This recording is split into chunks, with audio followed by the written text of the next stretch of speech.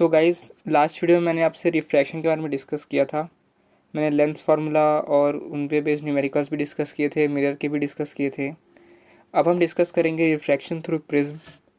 तो प्रिज्म क्या होता है? अगर हमारे पास एक ट्रायंगुलर फेस है और अगर हम इसे पीछे की तरफ एक्सटेंड कर दें कुछ इस तरह, तो सॉलिड जो हमारे पास एक जनरेट होके आता है उसे हम कहते हैं एक ट्रायंगुलर प्रिज्म। और ये हेक्सागोनल भी हो सकता है अगर हमारे पास एक हेक्सागन है और अगर इसे हमने पीछे की तरफ प्रोड्यूस कर दिया तो हमारे पास एक हेक्सागोनल प्रिज्म आ जाएगा, जैसे कि आप देख सकते हैं। तो इस तरह बहुत सारे तरह के प्रिज्म होते हैं, लेकिन हम ट्रायंगुलर प्रिज्म पर ही फोकस करेंगे। और इसमें अगर हम इस सरफेस पर सपोज कोई लाइट इंसिडेंट करा रहे हैं तो देख सकते हैं कि वो एक बार रिफ्रैक्शन सफ़र करेगी।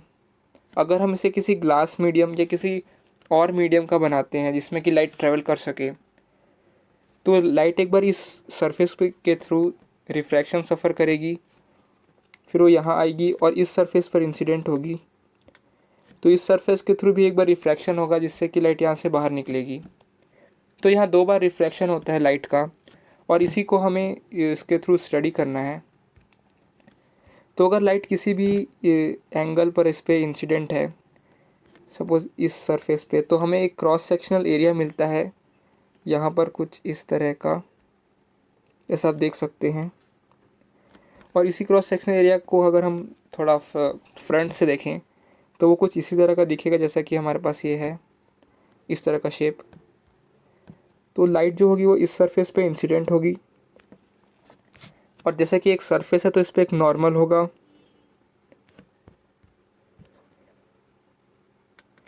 और क्योंकि ये एयर है और ये ग्लास है और फिर वापस एक एयर है, तो ग्लास जैसे कि एक ऑप्टिकली डेंसर मीडियम होता है, तो जो हमारी लाइट है वो नॉर्मल की तरफ बेंड होगी और वो कुछ इस तरह से आएगी इस सरफेस पे, और इस सरफेस पे फिर से एक नॉर्मल होगा जो कि कुछ इस तरह का होगा। इस एंगल को हम कहेंगे एंगल ऑफ इंसिडेंस, और ये क्योंकि हमारा फर्स्ट एंगल ऑफ रिफ्रैक्शन है इसलिए इसे हम R1 के नाम से जानते हैं। इस एंगल को हम कहते हैं सेकेंड एंगल ऑफ रिफ्रैक्शन या R2। और फाइनली जब इस सरफेस पे रिफ्रैक्शन हो रहा है तो लाइट जो है वो एक रेयर मीडियम में जा रही है, तो वो नॉर्मल से अवे बेंड होगी और जो इमर्जेंट रे जो आएगी वो कुछ इस तरह की होगी। तो इसे हम कहते हैं एक इमर्जेंट रे, और इस एंगल को कहते हैं angle of emergence, that is E। और इसमें जो हमारे पास एक वर्टिकल एंगल बन रहा है प्रिज्म का, उसे हम कहते हैं A, एंगल ऑफ प्रिज्म। और इसमें जब हम इंसिडेंट रे को, जो हमारी इंसिडेंट थी लाइट, उसे हम आगे की तरफ प्रोड्यूस करें कुछ इस तरह, और जो हमारी इमर्जेंट रे है उसे हम पीछे की तरफ प्रोड्यूस करें इस तरह, तो हम देख सकते हैं कि वो एक पॉइंट पर इंटरसेक्ट हो रहे हैं और एक एंगल बनता है जिसे हम डेल्टा से डिनोट करते हैं, और इस डेल्टा को हम कहते हैं एंगल ऑफ डेविएशन। और ये मेजर करता है कि हमारी जो नेट रिफ्रैक्शन जो दो बार हुआ उसके थ्रू जो हमारी नेट इमर्जेंट रे आई वो अपने इनिशियल पाथ यानी इंसिडेंट रे से कितना डेविएट हुई, और यही हमें डेल्टा बताता है। तो ये हो गए कुछ बेसिक टर्म्स, और कुछ से ये हो गया method of refraction in a triangular prism. और इसको डिस्कस करना ज़रूरी था क्योंकि ये डेविएशन जो हमारा डेल्टा वो हमें बाद में काम आएगा वाइल डिस्कसिंग डिस्पर्शन। तो हम अब डिस्पर्जन स्टार्ट करते हैं। जैसे कि आप देख सकते हैं यहाँ लिखा है dispersion of light through glass prism. तो जब भी एक वाइट लाइट, क्योंकि हम जानते हैं वाइट लाइट 7 कलर्स के थ्रू बनी होती है जो कि विबग्योर है, यानी violet, indigo, blue, green, yellow, orange, red. तो जब भी वाइट लाइट इस पर किसी ग्लास प्रिज्म में इंसिडेंट होती है तो उसके जो 7 कंस्टिट्यूएंट कलर्स हैं उनका अलग अलग स्पीड होता है उस ग्लास में, यानी अलग अलग रिफ्रैक्टिव इंडेक्स होता है। इसलिए जो लाइट है वो अलग अलग एंगल पर रिफ्रैक्ट होती है। जैसे कि आप देख सकते हैं वो सातों कलर अलग अलग एंगल ऑफ रिफ्रैक्शन दिखाते हैं, फर्स्ट सरफेस के थ्रू भी और सेकंड सरफेस के थ्रू भी। इस वजह से हमारे पास जो सेवन कलर्स हैं जो कि वाइट लाइट को कंस्टिट्यूट कर रहे थे वो एक अलग अलग एंगल पे बेंड होके एक स्पेक्ट्रम फॉर्म कर देते हैं, एक सेपरेट होके स्पेक्ट्रम फॉर्म कर देते हैं विबग्योर का, और ये नीचे से ऊपर की तरफ जाता है विबग्योर का जो हमारा स्पेक्ट्रम है ऑर्डर।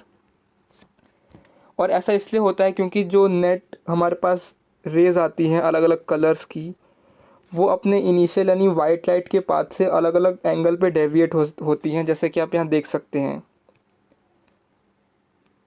और इस जो ये फेनोमेना है उसको आइजैक न्यूटन ने खोजा था, और फिर उसने इसको इस पूरे प्रोसेस को, जो कि है डिस्पर्जन का प्रोसेस थ्रू ग्लास प्रिज्म, इसको उसने रिवर्स प्रोसेस भी किया, जैसे कि आप यहाँ देख सकते हैं।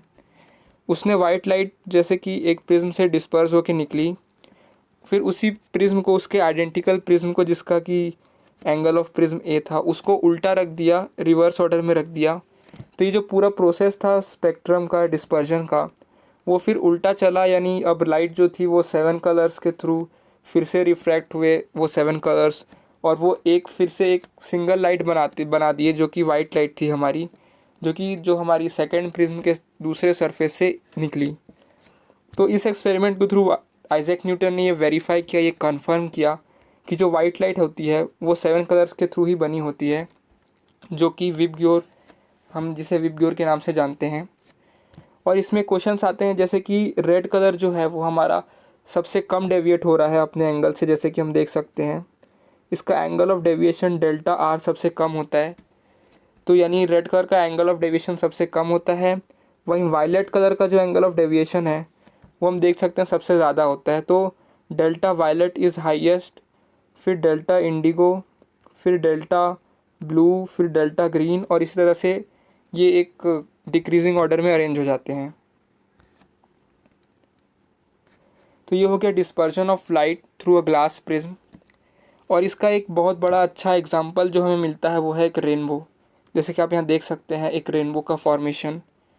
तो रेनबो तब फॉर्म होता है जब हमारा एक जो स्काई का एक साइड है वो बहुत ही ब्राइट सन हो, जिसकी वाइट लाइट जो है वो क्लियरली विजिबल हो और इंसिडेंट हो, और वहीं दूसरा तरफ जो हमारा स्काई है वो एक क्लाउडी स्काई हो जिसमें बहुत सारे वाटर ड्रॉपलेट्स हों क्लाउड्स में, जो कि हमारे जो सन के थ्रू वाइट लाइट आ रही है उसको डिस्पर्स कर सके, जैसे कि आप इस डायग्राम में देख सकते हैं। तो हर एक रेन ड्रॉप जो कि उस क्लाउड में प्रेजेंट होता है वो एक प्रिज्म की तरह एक्ट करता है, वो एक मीडियम क्रिएट करता है जिसमें सन की वाइट लाइट जो है वो अपने अपने कंस्टिट्यूएंट कलर्स में डिवाइड होती है और अलग अलग एंगल पे रिफ्रैक्ट होती है, जिससे हमें एक 7 स्पेक्ट्रम मिलता है 7 कलर्स का, जिसे विबग्योर कहते हैं। और बहुत सारे रेन ड्रॉप्स के थ्रू ये होता है क्लाउड में। इसी वजह से जो हमारा जो स्पेक्ट्रम बनता है, जो डिस्पर्जन का जो स्पेक्ट्रम बनता है वो एक बहुत ही बड़ा बनता है, जो कि हमें दिख जाता है एक ब्राइट रेनबो के फॉर्म में। तो ये था यार रेनबो का जो फेनोमेना है कि वो कैसे बनता है, क्योंकि tiny water droplets act as a water prism and they refract और disperse light into their constituent colours. तो ये हो गया डिस्पर्जन ऑफ लाइट। और ये सिर्फ वाइट लाइट के लिए ही नहीं होता, ये किसी भी ऐसी लाइट के लिए हो सकता है जो कि एक से ज़्यादा कलर्स या एक से ज़्यादा वेवलेंथ से बनी हो। तो अगला है एटमॉस्फेरिक रिफ्रैक्शन। ये एक इम्पॉर्टेंट टॉपिक है क्योंकि हम जानते हैं कि जो हमारी अर्थ की एटमॉस्फेयर है वो अनइवन है, यानी वो हाइट के हिसाब से, वो पोजीशन के हिसाब से, प्लेस के हिसाब से, हर एक पॉइंट के हिसाब से वैरी करती है।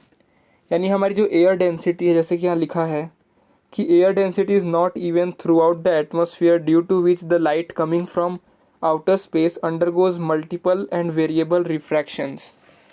यानी जो लाइट जो है वो हमारी जब आउटर स्पेस या यूनिवर्स से जब आती है तो यहाँ क्योंकि उसकी रिफ्रैक्टिव इंडेक्स एयर की इंक्रीज़ करती है नीचे जाने पर, या फिर डिक्रीज़ करती है ऊपर जाने पर, तो इसी वजह से जो लाइट है वो मल्टीपल रिफ्रैक्शन सफ़र करती है हर एक पॉइंट पे, हर एक हाइट पे। और इसी की वजह से जो लाइट है वो अपने जो पाथ है उससे थोड़ा बेंड हो जाती है, जैसे कि आप देख सकते हैं कि स्टार के केस में। और इसी फेनोमेना को हम कहते हैं एटमॉस्फेरिक रिफ्रैक्शन, कि वो लाइट एटमॉस्फेयर के थ्रू बहुत बार रिफ्रैक्ट होती है। और इस पे 2 बेसिक फेनोमेना जो हैं, 2 बेसिक कॉजेज़ हैं, वो है ट्विंकलिंग ऑफ स्टार और advance sunrise and let sunset. तो ट्विंकलिंग ऑफ स्टार क्या होता है? जब भी जो हमारा स्टार है जो कि हमें दिख जाता है उससे कंटिन्यूसली लाइट हमारे तक आती रहती है, लेकिन क्योंकि हमारा अर्थ का जो एटमॉस्फेयर है वो उस लाइट को कुछ रिफ्रैक्ट करके उसकी पाथ को बेंड करा देता है। इस वजह से जो हमारे आँखें हैं वो ये अपेरेंट पोजीशन उसकी मान लेती हैं कि वो एक स्ट्रेट लाइन में है। इसी वजह से उसका पोजीशन में हमारे वेरिएंस आती रहती है, और इंसिडेंट और इंटेंसिटी जो है हमारी लाइट की वो भी वेरी करते जाती है रिफ्रैक्शन के साथ। इसलिए हमें कभी वो ज़्यादा ब्राइट नज़र आता है स्टार, तो कभी लो नज़र आता है, और यही वजह है कि वो ट्विंकल करते जाता है हमारी आँखों में। नेक्स्ट है हमारा topic advance sunrise and let sunset.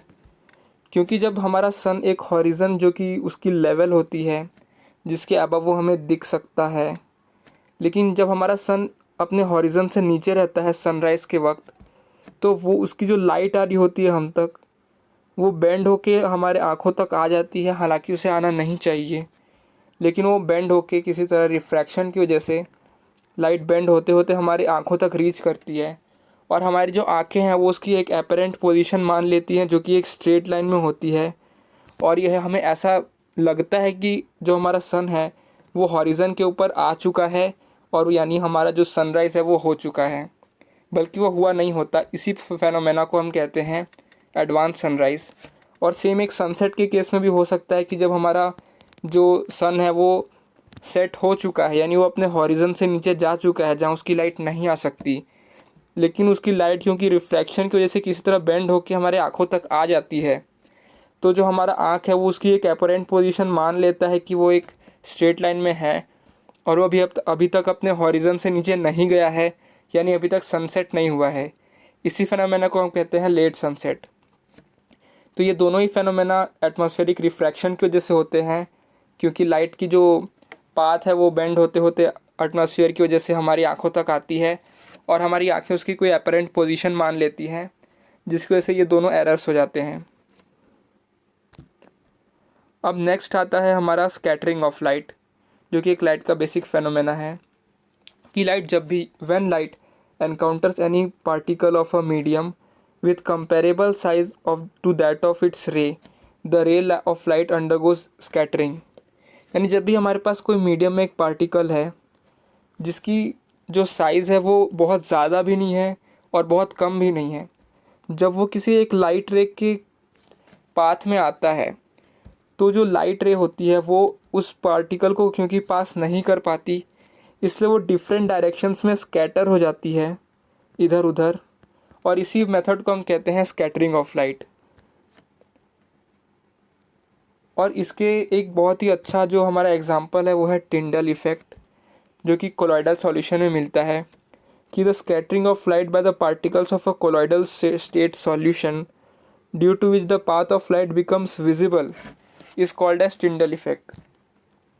यानी जब भी हम, जैसे कि मैंने यहाँ दिखा रखा है कि हमने दो सॉल्यूशंस लिए, एक वाटर सॉल्यूशन है और एक समवॉट मिल्की सॉल्यूशन है, मिल्की वाटर। तो जब भी हम इसमें लाइट पास करते हैं तो लाइट अपने ही पाथ को फॉलो करता है, और वो किसी भी तरह से हम तक रीच नहीं कर पाता, क्योंकि उसमें कोई भी स्कैटरिंग नहीं हो पाती लाइट की, और वो लाइट हमारे तक रीच नहीं कर पाती। लेकिन वहीं जब हमें उसमें थोड़ा सा मिल्की वाटर लें और हम उसमें एक कोलॉइडल सॉल्यूशन बना दें, तो जब भी लाइट उसके थ्रू पास होगी, जैसे कि आप यहाँ देख सकते हैं एक वाइट लाइट जो हमें दिख रही है उसका पाथ, ये हमें क्यों दिख पा रहा है? क्योंकि जो कोलॉइड के जो पार्टिकल्स हैं, स्मॉल एटम्स या स्मॉल मॉलिक्यूल्स, वो लाइट को स्कैटर कर देते हैं इधर उधर, हेयर एंड देयर, और जो हमारी स्कैटर्ड लाइट है वो हमारे आँखों तक आ पाती है, और उसके पाथ हमें विजिबल हो जाता है जो कि लाइट फॉलो कर रही है उस कोलॉइडल सॉल्यूशन में। और टिंडल इफेक्ट का एक डेली लाइफ एग्जांपल है कि हम एक फॉगी, जैसे कि आप देख सकते हैं इस इमेज में, हम एक फॉगी क्लाइमेट में हमें जब भी कार की हेडलाइट ऑन करते हैं तो हमें उसकी बीम का पाथ बहुत ही क्लियरली दिखता है। और ऐसा इसलिए होता है क्योंकि फॉग एक तरह का कोलॉइडल मिक्सचर होता है, और वो जो है लाइट को स्कैटर कर देता है उसकी बीम को, जिसकी वजह से उसकी स्कैटर्ड लाइट जो होती है थोड़े एक्सटेंट में हमारे आँखों तक आती है, और हम लाइट का जो बीम है हेडलाइट्स के थ्रू वो क्लियरली देख पाते हैं। तो ये हो गया यार एग्जांपल स्कैटरिंग ऑफ लाइट का। अब हम दूसरा एक एप्लीकेशन देखते हैं कि a clear sky looks blue because of scattering of light. ऐसा इसलिए क्योंकि जब हम सन को देखते हैं, जैसे कि आप इस डायग्राम में देख सकते हैं, जब एक आदमी सन को देखता है तो सन की जो वाइट लाइट है वो बहुत ही इंटेंस है और वो हमारे आँखों तक ईजिली आ जाती है विदाउट स्कैटरिंग। लेकिन जब वो सन की जो वाइट लाइट है वो एटमॉस्फेयर पे पड़ती है तो वो बहुत ज़्यादा स्कैटरिंग सफ़र करती है due to the particles in the atmosphere. और इसी वजह से जो स्कैटर जो लाइट सबसे ज़्यादा होती है वो ब्लू लाइट होती है, क्योंकि उसकी वेवलेंथ जो है वो विबग्योर सीरीज़ में सबसे कम होती है। और इसी वजह से हमें जो लाइट हमारे आँखों तक रीच होती है वो ब्लू लाइट होती है। और इसी वजह से हमें जो पूरा एटमॉस्फेयर या पूरा स्काई है एक्सेप्ट द सन वो हमें ब्लू दिखता है। तो ये हो गया वो रीज़न कि ये क्लियर स्काई क्यों ब्लू दिखता है, क्योंकि सन की वाइट लाइट जो है वो स्कैटर बहुत ज़्यादा होती है और ब्लू लाइट उनमें से सबसे ज़्यादा स्कैटर होती है और वही हमारे आँखों तक आती है, इसलिए हमें एक क्लियर स्काई ब्लू दिखाई देता है। अब इसका एक और एग्जांपल जो कि लास्ट एग्जांपल है वो है reddish appearance of sun during sunrise and sunset. अब जब सन हमारा एक हॉरिजन पे होता है तो आप देख सकते हो कि उसकी जो लाइट है उसे एक बहुत लंबा पार्ट ट्रेवल करके हमारे आँखों तक आना होता है जो उस सन को ऑब्ज़र्व कर रहा है। तो जब ये एक लंबा पार्ट ट्रेवल करती है तो इसके बहुत सारे जो वाइट लाइट है वो बहुत स्कैटर हो जाती है। उसके जो कंस्टिट्यूएंट पार्टिकल्स हैं स्पेशली ब्लू लाइट वो बहुत ज़्यादा स्कैटर होती है, लेकिन जो रेड लाइट होती है वो कम स्कैटर होती है। और वही एक ऑलमोस्ट लाइट होती है रेड, येलो, ऑरेंज, ये सब लाइट, उनमें से रेड लाइट जो होती है वो सबसे ज़्यादा एक तौर पे हावी रहती है उस लाइट पे और वही हमारे आँखों तक इजीली पहुंच पाती है और इसलिए हमें सन का कलर रेड दिखाई देता है और स्काई का कलर भी उस टाइम पे। वहीं जब हमारा सन ओवरहेड होता है यानी करीब 12 बजे सुबह के दोपहर के, तो जब सन सीधा ओवरहेड होता है तब उसकी जो लाइट है वो हम तक ईज़िली पहुंच जाती है, क्योंकि उसे कम पार्ट ट्रेवल करना है एटमॉस्फेयर का, इसलिए उसमें उतनी स्कैटरिंग नहीं हो पाती। इसलिए हमारा जो सन है वो क्लियरली हमें एक वाइट कलर का दिखाई देता है, एक ब्राइट वाइट कलर का, क्योंकि उसकी वाइट लाइट हमारे तक ईज़िली पहुंच पा रही है। तो ये था हमारे साथ स्कैटरिंग ऑफ लाइट का एक लास्ट एग्जांपल जो कि था reddish appearance of sun during. So guys, अब हम इस वीडियो का लास्ट टॉपिक डिस्कस कर लेते हैं जो कि है द ह्यूमन आई। तो इसमें जैसे कि आप देख सकते हैं मैंने एक डायग्राम दे रखा है ह्यूमन आई का। तो इसमें बहुत सारे ऑर्गन्स होते हैं जैसे कि cornea, iris, प्यूपिल, aqueous humour, crystalline lens, ciliary muscles, ये सब। तो कॉर्निया क्या होता है कि एक बाहर सरफेस होता है जो कि हमारे आई को कवर करता है और ये एक ट्रांसपेरेंट सरफेस होता है और इससे लाइट थ्रू पास हो सकती है और ये सारे ऑर्गन्स को कवर्ड और जॉइन करके रखा रहता है।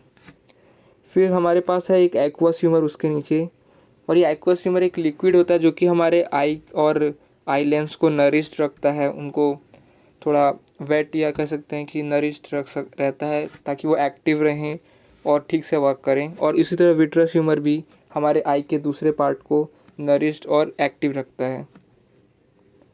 उसके बाद हमारा नेक्स्ट आता है आइरिस। जैसे कि आप यहाँ देख सकते हैं इस डायग्राम में, आइरिस जो है वो हमारा कलर्ड पार्ट ऑफ आई है जो कि हमारे आई के कलर को बेसिकली डिटरमाइन करता है। कुछ ही केस में ग्रे होता है, कुछ ही केस में ब्लैक होता है, किसी में ब्राउन, किसी में ब्लू। तो ये आई के कलर को डिटरमाइन करता है, लेकिन इसका मेन फंक्शन है कि ये प्यूपिल के डायमीटर जो है उसको कंट्रोल करता है, उसको कभी एक्सपेंड करता है, कभी कंप्रेस करता है। और हमारा प्यूपिल क्या करता है कि ये जो ब्लैक कलर का जो आप देख सकते हो स्पॉट जो है उसे प्यूपिल कहते हैं और ये एक्सपेंड और कंप्रेस होता है ताकि ये लेंस तक पहुंचने वाली लाइट को कंट्रोल कर सके। अगर वो ज़्यादा इंटेंस है तो ये कम होता है और उसको थोड़ा सा लाइट जो इसका रीच कर रही है उसकी क्वांटिटी को थोड़ा कम कर देता है या कभी बढ़ा देता है, इसी तरह एक्ट करता है। फिर उसके बाद हमारा आता है क्रिस्टलाइन लेंस, जो कि हम देख सकते हैं ये लेंस ये किसी जेली लाइक सब्सटेंस का बना रहता है जो कि एक्सपैंड और कंप्रेस हो सकता है, लेकिन इसे बेसिकली एक कॉन्वेक्स लेंस ही ट्रीट किया जाता है। और ये सिलियरी मसल्स जैसे कि आप इनको देख सकते हैं, ये आई लेंस को होल्ड करके रखे हुए हैं उसके पोजीशंस में, और ये बेसिकली एक्सपैंड और कंप्रेस करते हैं इस आई लेंस को ताकि ये इसका जो फोकल लेंथ है वो वैरी हो सके और इस हिसाब से हमारा जो इमेज बनेगा वो रेटिना पे बनता है। और जो रेटिना है वो जैसे कि आप देख सकते हैं यहाँ एक स्क्रीन की तरह एक्ट करता है जिस पे कि हमारा इमेज फॉर्म होता है और फिर जो ऑप्टिक नर्व्स हैं वो इस इमेज को ब्रेन तक ले जाती हैं ताकि वो फिर इनसे फर्दर इंफॉर्मेशन कलेक्ट कर सके।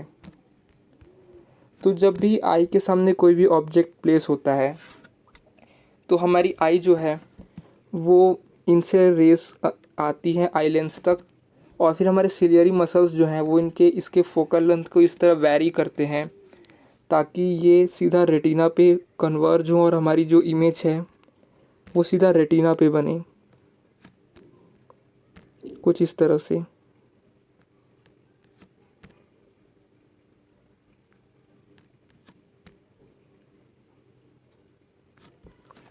तो रेटिना पे एक बार इमेज बन जाती है तो ये ऑप्टिक नर्व्स उसको हमारे ब्रेन तक ले जाते हैं। लेकिन रेटिना पे जो इमेज बनती है वो हमारी रियल इमेज या एक इन्वर्टेड इमेज होती है, और रेटिना एक स्क्रीन की तरह एक्ट करता है उस इमेज को ट्रेस करने के लिए।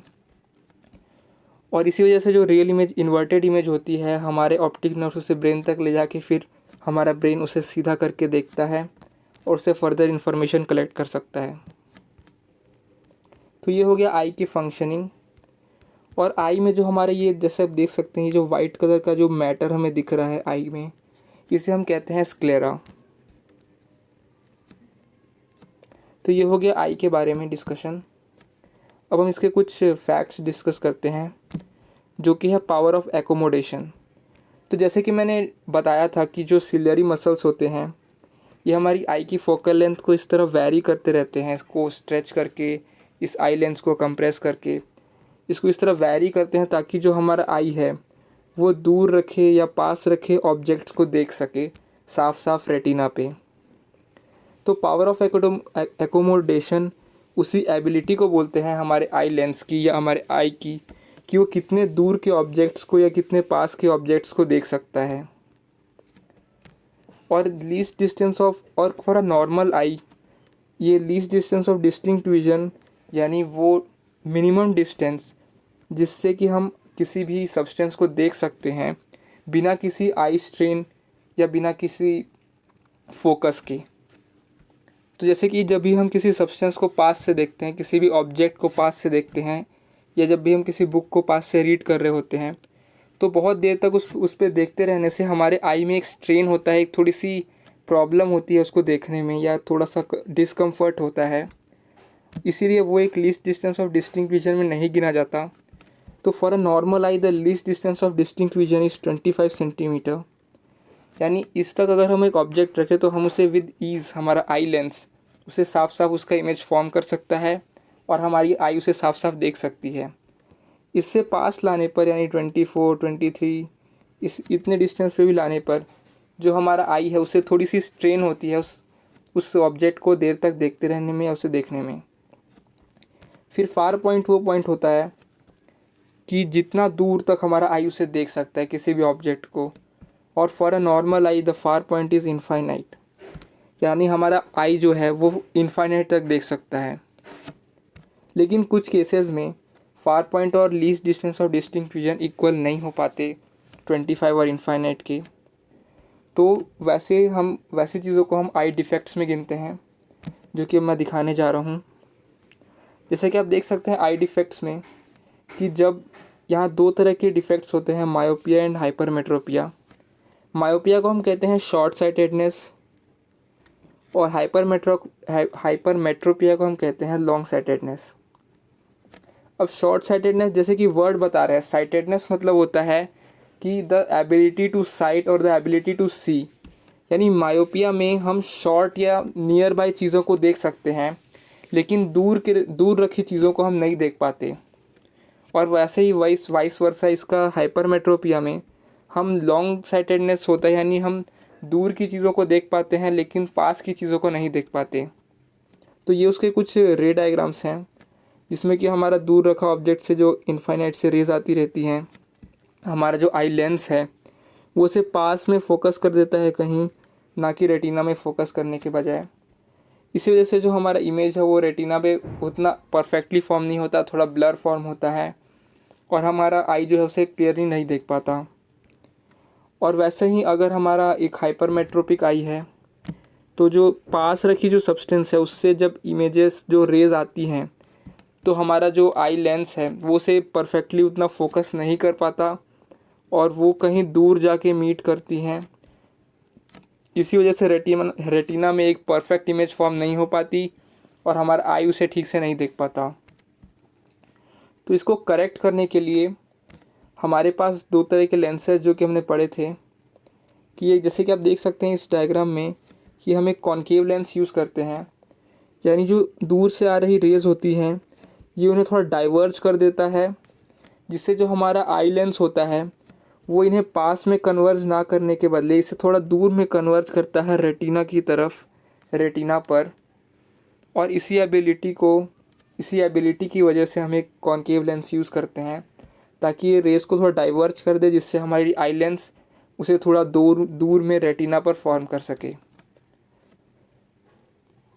फिर उसके बाद हमारा एक हाइपरमेट्रोपिक आई के लिए हम एक कॉन्वेक्स लेंस यूज़ करते हैं, जिसमें कि हमारा पास रखा ऑब्जेक्ट जो होता है, हमारा कॉन्वेक्स लेंस इसे थोड़ा पास में कन्वर्ज कर देता है, जिससे कि हमारा जो कॉन्वेक्स लेंस हमारा आई में है या जो आई लेंस है वो इसे और ज़्यादा कंप्रेस करके इसे थोड़ा और पास ले आए सीधा रेटिना के ऊपर, ना कि इसे बहुत दूर में कंप्रेस करे कहीं यहाँ जाके।